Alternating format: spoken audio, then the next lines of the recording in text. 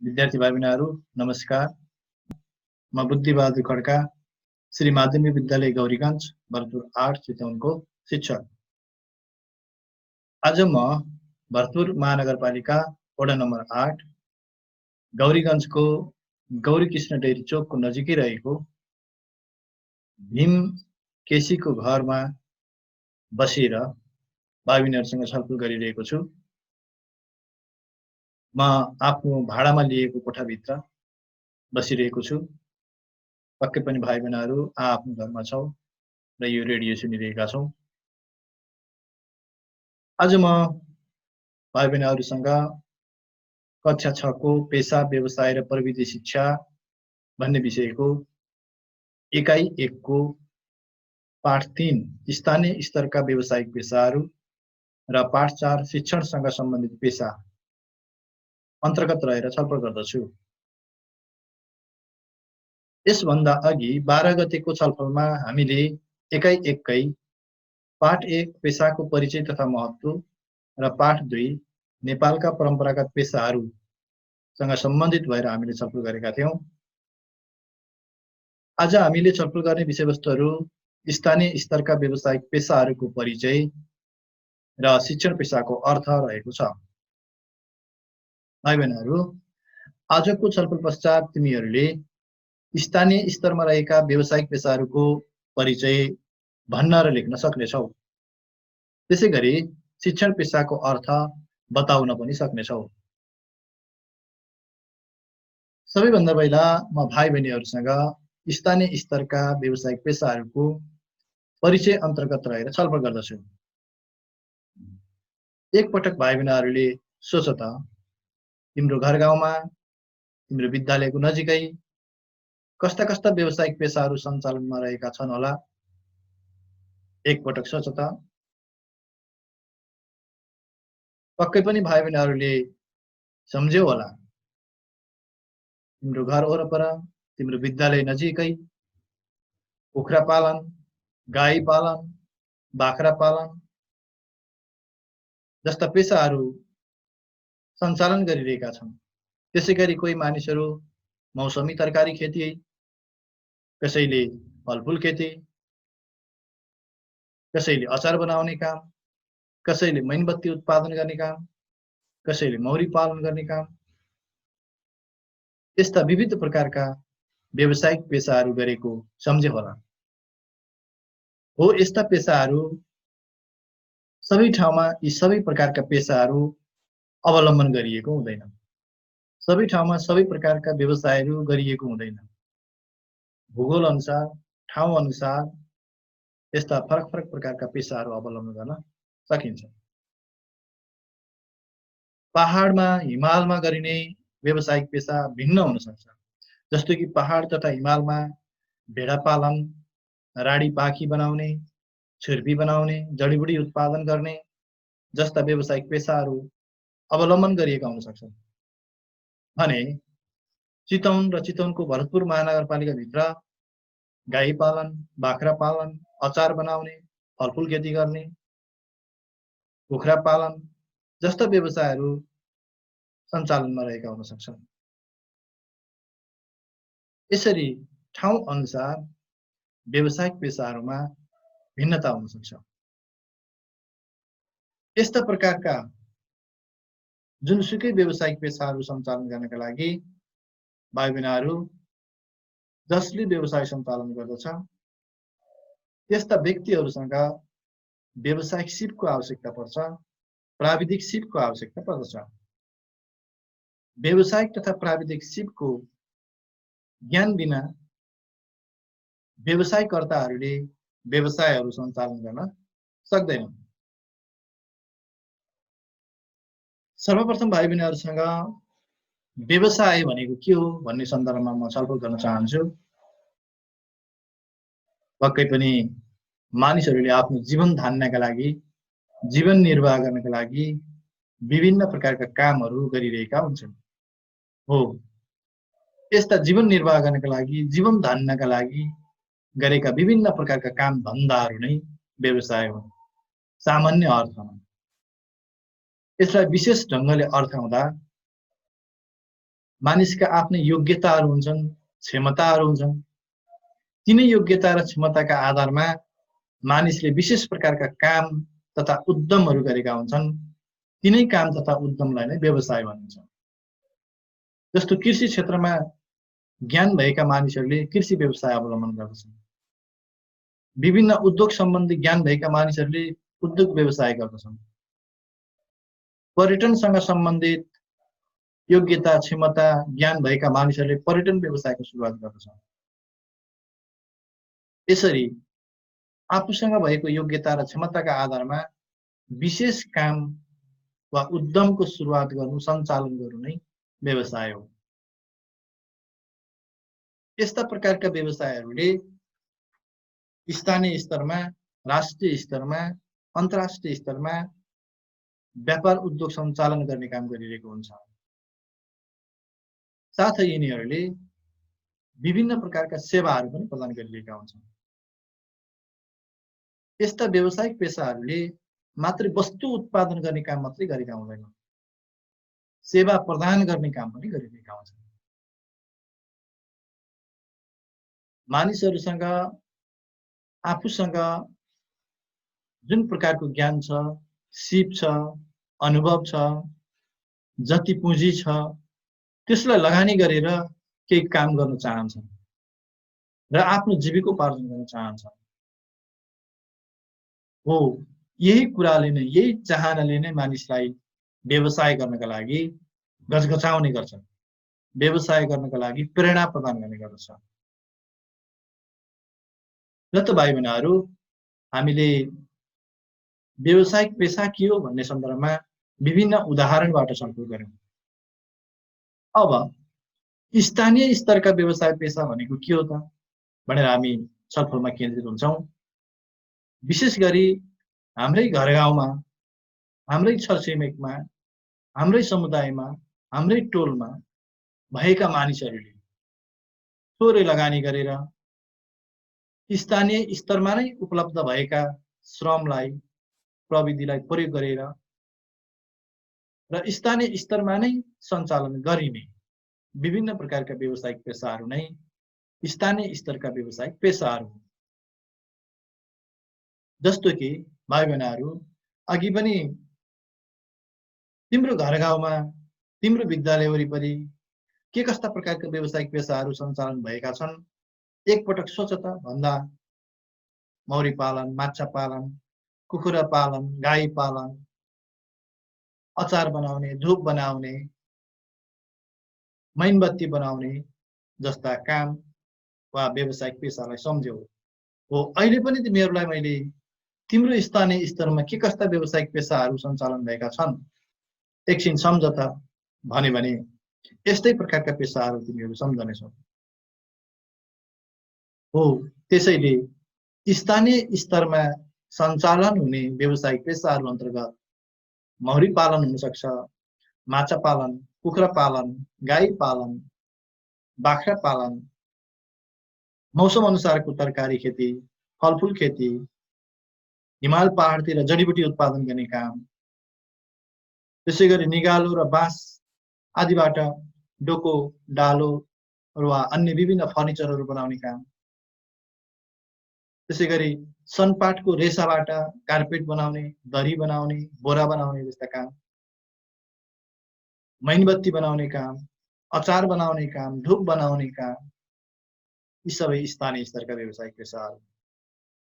र मैले अघि नै पनि भनिसकेको छु भाइ बहिनीहरूलाई कि स्थानीय स्तरका व्यावसायिक पेसाहरू भनेको स्थान अनुसार फरक हुन्छन्। त्यसैले हिमाल पहाडका स्थानीय स्तरका व्यावसायिक पेसाहरू फरक हुन सक्छन्। तराई क्षेत्रका वा चितवन जस्ता ठाउँका स्थानीय स्तरका पेसाहरू फरक हुन सक्छन्। हो, यस्ता व्यावसायिक पेसाहरू, यस्ता स्थानीय स्तरका व्यावसायिक पेसाहरू कोही कृषिमा आधारित हुन्छन् भने कोही गैर कृषिमा आधारित हुन्छन्। अर्थात् जुन जुन स्थानीय स्तरका व्यावसायिक पेसाहरू कृषिसँग सम्बन्धित छन्, कृषिमा निर्भर हुन्छन्, तिनीहरूलाई कृषिमा आधारित स्थानीय व्यावसायिक पेसाहरू भनिन्छन्। जुन जुन पेसाहरू कृषिसँग सम्बन्धित छैनन् त्यस्ता पेसाहरूलाई गैर कृषिमा आधारित स्थानीय स्तरका व्यावसायिक पेसाहरू भनिन्छ। हो, यस्ता स्थानीय स्तरका व्यावसायिक पेसाहरूले हाम्रो जीवनमा कस्तो प्रकारको महत्त्व राखेको हुन्छ वा यसका कारणबाट हामीलाई के कस्ता प्रकारका फाइदा हुन्छन्, हामी सो सन्दर्भमा छलफल गर्छौँ भाइ बहिनीहरू। पक्कै पनि हामीले अथवा हाम्रा छरछिमेकमा रहेका मानिसहरूले यस्ता विभिन्न प्रकारका व्यावसायिक पेसाहरू गर्दा उनीहरूले आम्दानी गरिरहेका हुन्छन्। त्यस्तै यस्ता प्रकारका व्यावसायिक पेसाहरू सञ्चालन गर्दा स्थानीय स्तरमा रहेका सिपहरूको प्रयोग हुन्छ, स्थानीय स्तरमा रहेका प्रविधिहरूको पनि प्रयोग भएको हुन्छ, साथै स्थानीय स्तरमा रोजगारको अवसरको सृजना पनि गरिरहेको हुन्छ। यसरी भाइ बहिनीहरू स्थानीय स्तरमा रहेका व्यावसायिक पेसाहरूले व्यक्तिलाई आय आर्जन गराउँछ वा आम्दानी गराउँछ, यो पहिलो फाइदा। त्यसैगरी अर्को, स्थानीय स्तरमा रहेको व्यक्तिका सिपहरूको सदुपयोग गर्छ, प्रविधिहरूको प्रयोग गराउँछ र स्थानीय स्तरमा रोजगारको अवसरहरूको सिर्जना गर्दछ। र त भाइ बहिनीहरू हामीले स्थानीय स्तरमा रहेका विभिन्न व्यावसायिक पेसाहरूको बारेमा छलफल गर्यौं। म एकपटक अहिलेसम्म छलफल गरेका विषयवस्तुहरू स्मरण गराउँछु। हामीले स्थानीय स्तरका व्यावसायिक पेसाहरू भनेको के हो भनेर छलफल गरिसक्यौं, जसलाई हामी यसरी परिभाषित गर्न सक्छौं: थोरै लगानी र स्थानीय स्तरमा उपलब्ध श्रम, प्रविधि आदिको प्रयोग गरेर स्थानीय स्तरमा नै सञ्चालन गरिएका व्यावसायिक पेसाहरू स्थानीय स्तरका व्यावसायिक पेसाहरू हुन्। यस्ता स्थानीय स्तरका व्यावसायिक पेसाहरू अन्तर्गत मौरी पालन, माछा पालन, कुखुरा पालन, गाई पालन, बाख्रा पालन, भैँसी पालन, मौसमी तरकारी खेती, फलफुल खेती, जडीबुटी उत्पादन, निगालो पास आदिबाट डोको, डालो र फर्निचर बनाउने काम, सनपाटको रेसाबाट कार्पेट, दरी, बोरा आदि बनाउने काम, मैनबत्ती बनाउने काम, अचार बनाउने काम, धूप बनाउने काम, यस्ता कामहरू स्थानीय स्तरका व्यावसायिक पेसाहरू अन्तर्गत पर्दछन्। र यस्ता स्थानीय स्तरका व्यावसायिक पेसाहरूले व्यक्तिहरूको आय आर्जनमा वृद्धि गराउँदछ। साथै स्थानीय स्तरमा रहेका विभिन्न व्यक्तिहरूको सिपको क्षमताको, योग्यताको प्रयोग गर्दछ, साथै स्थानीय स्तरमा रहेको प्रविधिको पनि प्रयोग गर्दछ भने रोजगारीको अवसरको पनि सिर्जना गर्दछ। र त भाइ बहिनीहरू, आज हामीले निर्धारित गरिएको दुईवटा पाठहरूमध्ये पहिलो पाठको छलफल हामीले सकिसकेका छौं। अब हामी दोस्रो पाठ शिक्षणसँग सम्बन्धित पेसाहरू अन्तर्गत रहेर हामी छलफल गर्दछौँ। हामीले पटक पटक छलफल गरेका छौं, मैले पटक पटक भनेको छु भाइ बहिनीहरूलाई, हामीले गर्ने व्यवसायहरू कतिपय कृषिमा आधारित हुन्छन्, कतिपय गैर कृषिमा आधारित हुन्छन्।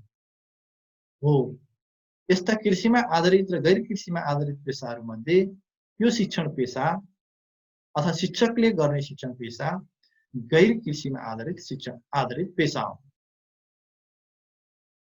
यो शिक्षण पेसालाई प्राविधिक खालको पेसा पनि भनिन्छ, किनकि यसमा प्राविधिक ज्ञानको आवश्यकता पर्दछ।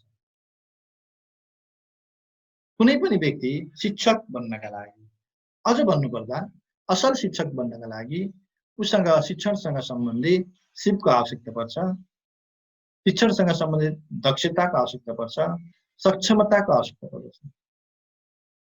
जोसँग शिक्षण गर्ने सिप छैन, शिक्षण गर्न सक्ने कला छैन, त्यस्ता मानिसहरूसँग विषयवस्तुको ज्ञान भएर पनि असल शिक्षक बन्न सक्दैन। हाम्रा विद्यालयहरूमा अथवा तिम्रो विद्यालयमा तिम्रो शिक्षकहरूले विभिन्न विषयहरू पढाउनुहुन्छ, सिकाउनुहुन्छ। हो, यसरी शिक्षकहरूले विद्यालयमा विद्यार्थीहरूलाई पढाउने वा सिकाउने कार्य नै शिक्षण पेशा हो। मैले पुनः दोहोऱ्याएँ, भाइ बहिनीहरू, शिक्षकहरूले विद्यालयमा विद्यार्थीहरूलाई पढाउने वा सिकाउने कार्य नै शिक्षण पेशा हो। यसरी शिक्षकहरूले आफ्नो पेशाका माध्यमबाट विभिन्न विषयवस्तुहरू अर्थात् विभिन्न प्रकारका ज्ञानहरू साना साना बाबु नानीहरूलाई अथवा विद्यार्थीहरूलाई सिकाएर समाजका लागि आवश्यक पर्ने योग्य, सृजनशील, उत्पादनशील जनशक्ति उत्पादन गर्न सहयोग पुर्याएका हुन्छन्। आजका तिमी साना साना नानी बाबुहरू भोलिका यो देशका असल शिक्षक बन्न सक्छौ। कोही तिमीहरू डाक्टर बन्नेछौ, कोही इन्जिनियर बन्नेछौ, कोही सफल व्यवसायी बन्न सक्नेछौ, कोही उद्योगपति बन्नेछौ, कोही सफल कृषक बन्न सक्नेछौ। यो भनेको आज हामीले भोलिको लागि आवश्यक पर्ने एउटा जनशक्ति उत्पादन गर्नका लागि तिमीहरूलाई पढाइरहेका छौं, सिकाइरहेका छौं। त्यसैले शिक्षकले जहिले पनि राष्ट्रका लागि आवश्यक पर्ने जनशक्ति उत्पादन गर्ने काम गरिरहेको हुन्छ। यसरी विद्यालयमा त्यहाँ अध्ययन गर्ने विद्यार्थीहरूको उमेर, उनीहरूको क्षमता, उनीहरूको सिकाइको स्तरका आधारमा विभिन्न तहमा वर्गीकरण गरिन्छ। 3-4 वर्षका साना साना नानी बाबुहरूलाई सरसफाइसँग सम्बन्धित असल बानीको विकास गराउनका लागि बाल विकास केन्द्रहरू खोलिएका हुन्छन् र त्यस्ता बाल विकास केन्द्रहरूमा सहयोगी कार्यकर्ताहरूले अथवा सहजकर्ताहरूले साना साना बाबु नानीहरूलाई सरसफाइका विषयमा, असल बानी व्यवहारका विषयमा आत्मनिर्भर बन्ने क्षमताको विकास गराउनका लागि केही सिकाइरहेका हुन्छन्। त्यसैगरी विद्यालयमा कक्षा 1 देखि 12 सम्म पढाइ हुन्छ। जस्तो कि तिमीहरू कक्षा 6 मा अध्ययन गरिरहेका छौ। र यो विद्यालय शिक्षालाई पनि कक्षा 1 देखि 12 सम्मको शिक्षालाई पनि दुई तहमा वर्गीकरण गरिएको छ। कक्षा 1 देखि 8 सम्मलाई आधारभूत तह भनिन्छ भने कक्षा 9 देखि 12 लाई माध्यमिक तह भनिन्छ। त्यसैगरी कलेज वा विश्वविद्यालयहरू हुन्छन्। ती कलेज तथा विश्वविद्यालयहरूमा स्नातक तह र स्नातकोत्तर तहको पढाइ हुन्छ।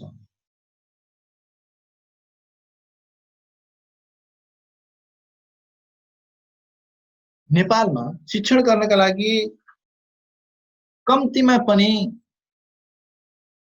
12 कक्षा पास भएको हुनुपर्छ र त्यसैगरी स्नातक तह, स्नातकोत्तर वा बीएड, एमएड पास गरेको हुनुपर्छ। त्यसैगरी बाल विकास केन्द्रदेखि विश्वविद्यालय तहसम्म, मैले पुनः दोहोऱ्याएँ, बाल विकास केन्द्रदेखि विश्वविद्यालय तहसम्म सिकाउने काम वा पढाउने काम गर्ने व्यक्तिहरू नै शिक्षक हुन्।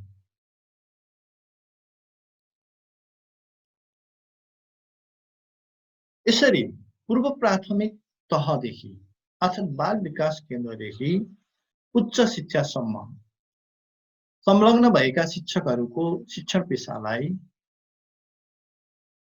विभिन्न तह अनुसार वर्गीकरण गरिएको छ। जस अन्तर्गत प्रारम्भिक बाल विकासमा अध्यापन गर्ने शिक्षकहरूलाई सहयोगी कार्यकर्ता भनिन्छ। कक्षा 1 देखि 8 सम्म अध्यापन गर्ने शिक्षकहरूलाई आधारभूत तहका शिक्षकहरू भनिन्छ। कक्षा 9 देखि 12 सम्म अध्यापन गर्ने शिक्षकहरूलाई माध्यमिक तहका शिक्षकहरू भनिन्छ। कुनै पनि विद्यालयको प्रशासनिक जिम्मेवारी बोकेको शिक्षकलाई प्रधानाध्यापक भनिन्छ, जसले एउटा विद्यालयको नेतृत्व गरिरहेको हुन्छ। अर्थात् विद्यालयको दैनिक प्रशासन सञ्चालन गर्नका लागि प्रधानाध्यापक भन्ने एउटा पदको सिर्जना गरिएको हुन्छ। उक्त पद विद्यालयमा रहेका शिक्षकहरूमध्ये कुनै पनि एउटा योग्य सक्षम शिक्षकले धारण गरेको हुन्छ र उसले विद्यालयको दैनिक प्रशासन सञ्चालन गर्ने काम गरिरहेको हुन्छ। त्यस्तै प्रधानाध्यापकलाई दैनिक काम कारबाही सञ्चालन गर्नका लागि सजिलो बनाउनका लागि सहायक प्रधानाध्यापकको पनि व्यवस्था गरिएको हुन्छ। त्यसैगरी स्नातक वा क्याम्पस तहमा अध्यापन गर्ने शिक्षकहरूलाई सहायक प्राध्यापक, उपप्राध्यापक, प्राध्यापक भनेर वर्गीकरण गरिएको हुन्छ। भाइ बहिनीहरू, हामीले शिक्षण पेशा त्यसैगरी शिक्षण पेशामा संलग्न शिक्षकहरूको वर्गीकरणका सन्दर्भमा छलफल गर्यौं। यस्ता बाल विकासदेखि विश्वविद्यालय तहसम्म शिक्षण गर्ने शिक्षकहरूले विद्यार्थीहरूलाई विभिन्न प्रकारका ज्ञान विज्ञानका कुराहरू सिकाउँछन् र अनुशासनका बारेमा पनि सिकाउँछन्, जसले गर्दा विद्यार्थीहरू आत्मअनुशासित हुँदै जान्छन् वा आत्मअनुशासित हुन सिक्दछन्। व्यक्तिलाई शिक्षा दिने क्रममा विभिन्न तरिकाले शिक्षा प्रदान गरिएको हुन्छ। अर्थात् त्यो तरिकालाई औपचारिक तरिका र अनौपचारिक तरिका भनेर वर्गीकरण गरिएको छ। नेपालको शिक्षा ऐन 2028 त्यसैगरी शिक्षा नियमावली 2059 मा शिक्षा प्रदान गर्ने तरिकाहरू अन्तर्गत औपचारिक शिक्षा र अनौपचारिक शिक्षा व्यवस्था गरिएको छ।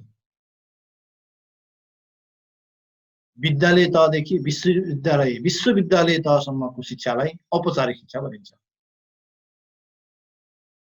यस्तो औपचारिक शिक्षामा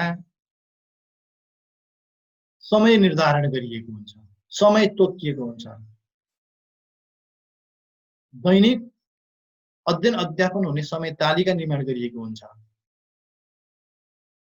पाठ्यपुस्तक पाठ्यक्रम पूर्व निर्धारित हुन्छन्।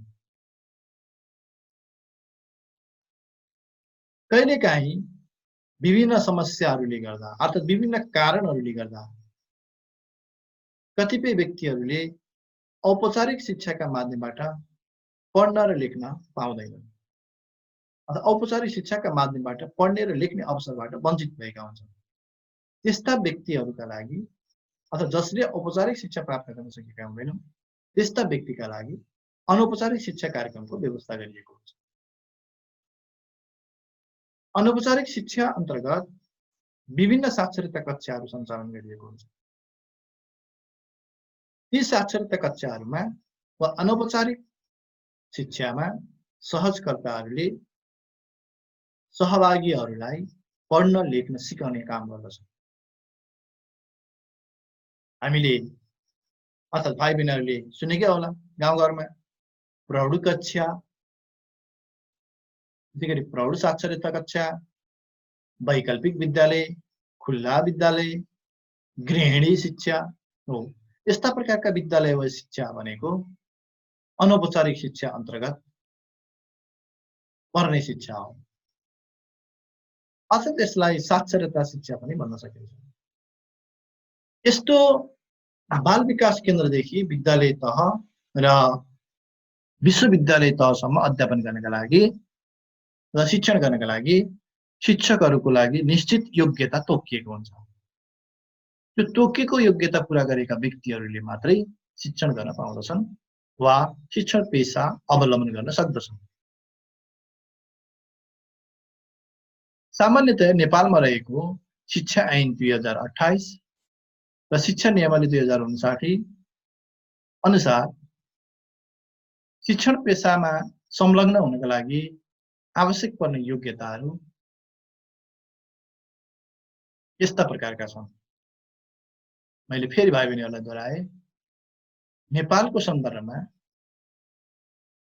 नेपालमा रहेको शिक्षा ऐन 2028 र शिक्षा नियमावली 2059 अनुसार शिक्षक बन्नका लागि आवश्यक पर्ने योग्यताहरू। पहिलो, शैक्षिक योग्यता। शैक्षिक योग्यता अन्तर्गत न्यूनतम पनि कक्षा 12 उत्तीर्ण गरेको हुनुपर्ने वा बीएड एमएड उत्तीर्ण व्यक्ति मात्रै शिक्षण पेशामा संलग्न हुन सक्छ। त्यसैगरी दोस्रो योग्यता, शिक्षण पेशामा संलग्न हुने व्यक्तिहरूसँग अध्यापन अनुमति पत्र हुनै पर्दछ। केही विषयहरूका लागि विशेष व्यवस्था उल्लेख गरिएको छ, अर्थात् केही विषयहरूका लागि अध्यापन अनुमति पत्र आवश्यक नपर्ने उल्लेख गरिएको छ, तर ती उल्लेख गरिएका केही विषयहरू बाहेक अन्य सम्पूर्ण विषयहरू शिक्षण गर्नका लागि शिक्षकसँग अध्यापन अनुमति पत्र हुनै पर्दछ। त्यसैगरी नेपालको सन्दर्भमा कुनै पनि व्यक्ति शिक्षक बन्नका लागि ऊ नेपाली नागरिक हुनुपर्दछ वा उसँग नेपाली नागरिकताको प्रमाणपत्र हुनुपर्दछ। र तपाईँ बहिनीहरू, आज हामीले स्थानीय स्तरमा रहेका व्यावसायिक पेशाहरू र शिक्षणसँग सम्बन्धित पेशाका विषयमा छलफल गर्यौं। अब हामी आज छलफल गरेका विषयवस्तुहरूलाई थोरै पुनरावलोकन गर्दछौं। सबैभन्दा पहिला हामीले स्थानीय स्तरका व्यावसायिक पेशा भनेको के हो भनेर छलफल गर्यौं। थोरै लगानी र स्थानीय स्तरमा उपलब्ध श्रम प्रविधिलाई प्रयोग गरेर स्थानीय स्तरमा नै सञ्चालन गरिएका व्यावसायिक पेशाहरू नै स्थानीय स्तरका व्यावसायिक पेशाहरू। यस्ता स्थानीय स्तरका व्यावसायिक पेशाहरू अन्तर्गत मौरी पालन, माछा पालन, कुखुरा पालन, गाई पालन, बाख्रा पालन, तरकारी खेती, धुप बनाउने, अचार बनाउने जस्ता कामहरू पर्दछन्। यस्ता स्थानीय स्तरका व्यावसायिक पेशाहरूले समुदायका व्यक्तिहरूको आय आर्जनमा वृद्धि गरिरहेको हुन्छ। त्यसैगरी यस्ता पेशाहरूले व्यक्तिहरूको सिप, क्षमता, योग्यता तथा प्रविधिको प्रयोग गर्दछ र रोजगारीको अवसरहरूको पनि सिर्जना गर्दछ। त्यसैगरी हामीले शिक्षण पेशासँग सम्बन्धित रहेर छलफल गरेका छौं। म यसको पनि पुनरावलोकन गराउन चाहन्छु। विद्यालयहरूमा शिक्षकहरूले विद्यार्थीहरूलाई पढाउने वा सिकाउने काम नै शिक्षण पेशा हो र यो शिक्षकहरूको यो शिक्षण पेशालाई विभिन्न तह अनुसार वर्गीकरण गरिएको छ। प्रारम्भिक बाल विकास केन्द्रमा अध्यापन गर्ने शिक्षकहरूलाई सहयोगी कार्यकर्ता भनिन्छ। कक्षा 1 देखि 8 सम्म अध्यापन गर्ने शिक्षकहरूलाई आधारभूत तहका शिक्षक भनिन्छ। कक्षा 9 देखि 12 सम्म अध्यापन गर्ने शिक्षकहरूलाई माध्यमिक तहका शिक्षकहरू भनिन्छ।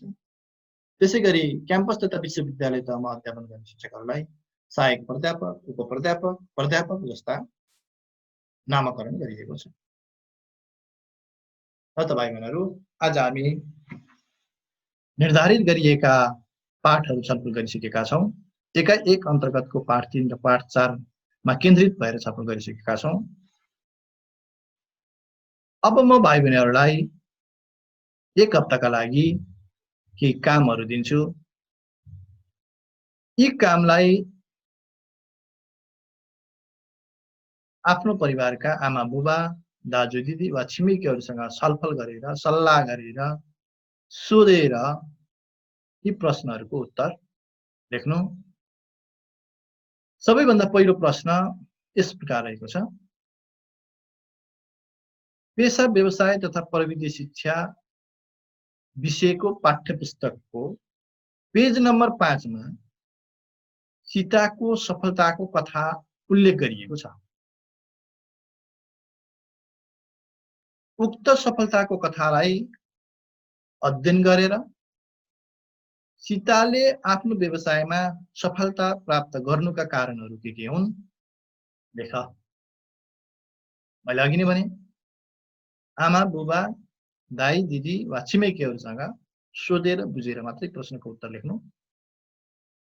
त्यसैगरी दोस्रो प्रश्न, सीताको जस्तै सफलताको कथा सीताको जस्तै सफलताको कथा तिम्रो घर गाउँमा पनि हुन सक्दछ। आफ्ना आमा बुबा वा छिमेकीहरूसँग सोधेर लेख। त्यसैगरी तेस्रो प्रश्न, तिम्रो घर गाउँमा कस्ता कस्ता खालका पेसाहरू सञ्चालन गर्न उपयुक्त हुन्छ, लेख। त्यसैगरी तिम्रो घर गाउँमा रहेका स्थानीय स्तरका पेसाहरूको सूची बनाऊ र त्यस्ता पेसाहरूको महत्त्व के कस्तो रहेको छ, लेख। कुनै पनि व्यक्ति, अब मैले अर्को प्रश्न भन्दैछु भाइ बहिनीहरूका लागि, कुनै पनि व्यक्ति शिक्षण पेसामा संलग्न हुनका लागि के कस्तो योग्यताको आवश्यकता पर्दछ।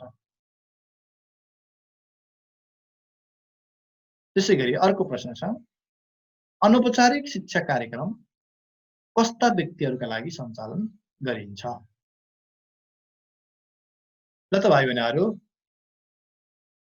आज हामीले एकाइ 1 को पाठ 3 र पाठ 4 अन्तर्गत रहेर छलफल गर्यौं र